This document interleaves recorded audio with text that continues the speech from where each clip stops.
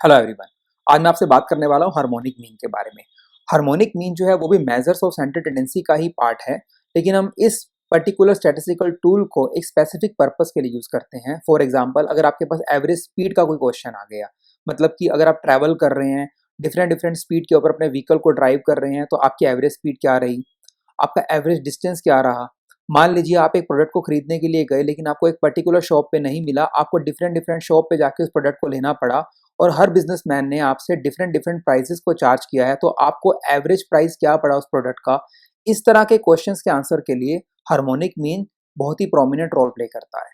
तो आइए चलते हैं पावर पॉइंट की तरफ और समझते हैं कि कैसे हार्मोनिक मीन की कैलकुलेशन की जाती है। हार्मोनिक मीन को अर्थमेटिक मीन का रेसिप्रोकल कहा जाता है। रेसिप्रोकल से बेसिकली हमारा मतलब क्या है कि जो भी अर्थमेटिक मीन का फॉर्मूला आपको गिवन होता है, अगर आप उसको बिल्कुल उल्टा कर देंगे, then it becomes the formula of harmonic mean. Harmonic mean की खासियत क्या रहती है कि लार्ज वैल्यू को कम वेटेज देता है और स्मॉल वैल्यूज को ज्यादा वेटेज देता है।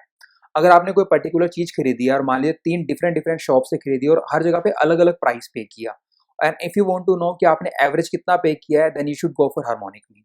अगर आप ट्रैवल कर रहे हैं एक सिटी से दूसरी सिटी की तरफ, आप रुक रुक के ट्रैवल कर रहे हैं और आपने हमेशा डिफरेंट स्पीड पे अपनी गाड़ी को चलाया है, तो आपकी एवरेज स्पीड क्या रही, अगर आपको उसके बारे में पता लगाना है, then you should definitely prefer harmonic mean only.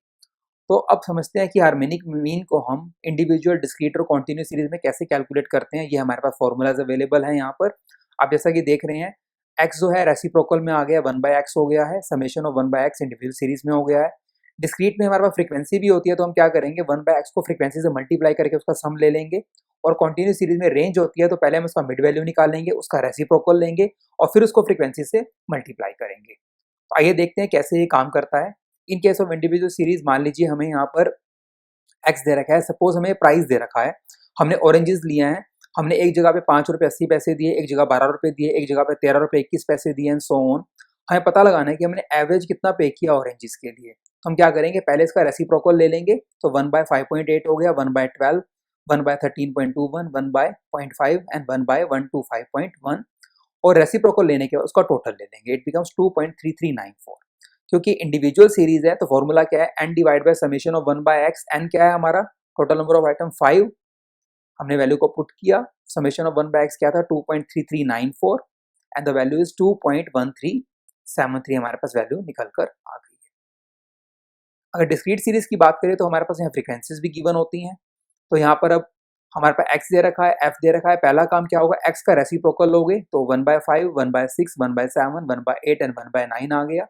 और हम क्या करेंगे, 1/x को फ्रीक्वेंसी से मल्टीप्लाई कर देंगे, तो 3 into 1/5, 5 into 1/6, 10 into 1/7 and so on. क्योंकि हमारे पास ये डिस्क्रीट सीरीज है, वी आर हैविंग फ्रीक्वेंसी, तो n क्या होगा, summation of f that is 25 और summation of f into 1/x का टोटल ले लिया 3.694। ये हमने वैल्यू को पुट किया एंड द वैल्यू इज 6.767। अगर कंटिन्यू सीरीज की बात करें तो हमारे पास क्या होता है, रेंज होती है। रेंज के केस में क्या होगा, हमें पहले मिड वैल्यू निकालनी होगी। मिड वैल्यू का फॉर्मूला क्या है, lower limit plus upper limit divide by 2। तो यहाँ पे क्या हुआ, 0 + 10 डिवाइड बाय 2 5, देन 15 आ गया, 10 + 20 divide by 2, then 25, then 35 and 45। अब हमने क्या करना है, मिड वैल्यू का रेसिप्रोकल लेके उसको f से मल्टीप्लाई कर देना है। हमारे पास ये वैल्यू आ जाएगी 1.533, 0.4800, 0.2571 एंड सो ऑन, और टोटल ले लेंगे, इट बिकम्स 2.4037।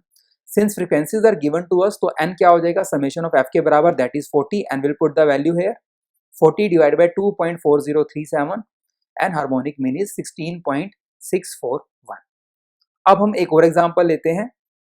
मान लीजिए एक पर्सन है, वो ट्रैवल कर रहा है, पहले उसने ट्रैवल किया और उसकी जो स्पीड थी वो थी 50 माइल्स पर आवर, रुक गया, फिर से ट्रैवल किया और स्पीड थी 20 माइल्स पर आवर, देन उसने गाड़ी को चलाया 40 माइल्स पर आवर की स्पीड पे और फिर उसने चलाया इसे 25 माइल्स पर आवर की स्पीड पे।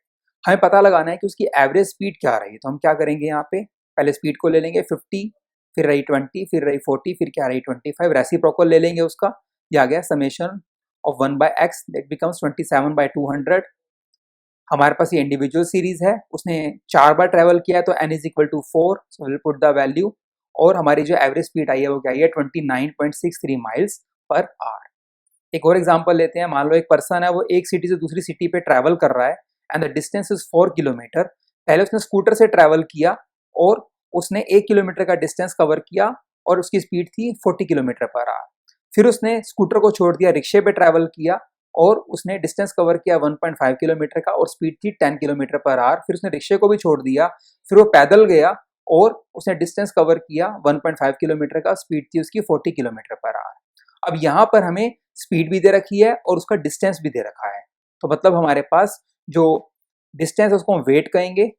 जैसे कि उसने 40 की स्पीड पे 1 किलोमीटर कवर किया, 10 की स्पीड पे 1.5 किलोमीटर और 4 की स्पीड पे भी 1.5 किलोमीटर। तो यहाँ पर अब हमारे पास फ्रीक्वेंसी नहीं है, अब यहाँ पे W आ चुका है जिसको हम वेटेड हार्मोनिक मीन कह के भी बुलाएंगे। तो पहला काम क्या करेंगे, x का हम रेसिप्रोकल लेंगे, तो 1/40, 1/10 और 1/4। और यहाँ पर अब हम क्या करेंगे, 1/x को W से मल्टीप्लाई कर देंगे। पहले हम फ्रीक्वेंसी से करते थे, अब हम वेट से मल्टीप्लाई करेंगे एंड इट बिकम्स 22/40। फॉर्मूला में क्या होगा, जो n होगा वो समेशन ऑफ W के बराबर हो जाएगा, इट बिकम्स 4। और डिनोमिनेटर में जो पहले समेशन ऑफ f इंटू में 1/x आता था, अब आएगा समेशन ऑफ W इंटू में 1/x, इट बिकम्स 22/40। तो हमने जब वैल्यू को पुट किया इसके अंदर तो हमारा आंसर क्या आया, 7.27 किलोमीटर पर आवर। तो ये उसकी एवरेज स्पीड थी।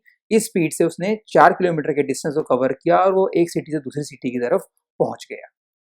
So that was all about harmonic mean in case of individual, discrete and continuous series. I hope आपको ये वीडियो अच्छा लगा होगा, तो इसको लाइक एंड शेयर करना ना भूलिएगा। और अगर आपने मेरा चैनल सब्सक्राइब नहीं किया है अब तक तो प्लीज़ उसको सब्सक्राइब कर लीजिएगा। Thank you so much for watching.